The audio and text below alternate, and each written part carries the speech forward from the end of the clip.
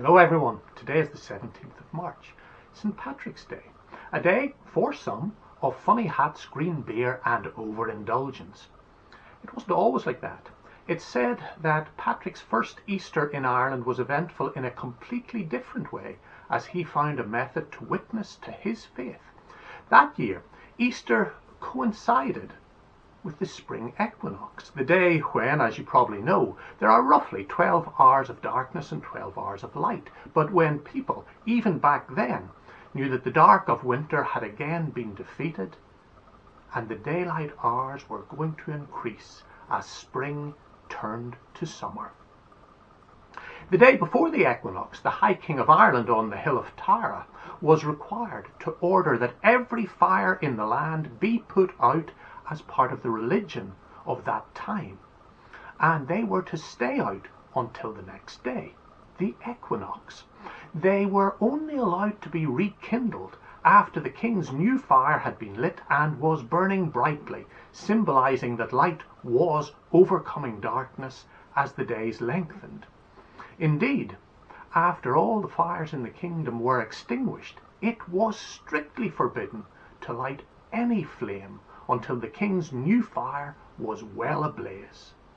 But the night before the equinox, and therefore the night before Easter that year, Patrick made a bonfire in sight of Tara and lit it in the name of the risen Christ just as midnight arrived. As soon as the king's Druid advisors saw the light of Patrick's fire, they warned the king that it had to be quenched or it would burn forever. There would be a new power and influence in the land.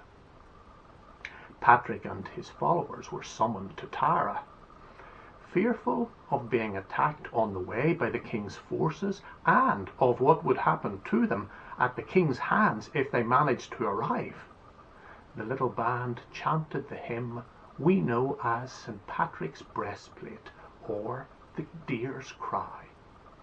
It's a song asking Christ to be with us in everything and to protect us.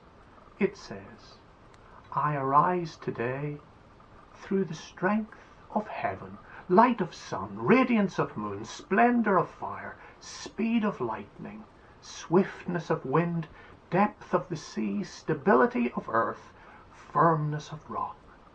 I arise today through God's strength to pilot me, God's eye to look before me, God's wisdom to guide me, God's way to lie before me, God's shield to protect me from all who wish me ill, afar and anear, alone and in a multitude, against every cruel, merciless power that may oppose my body and soul.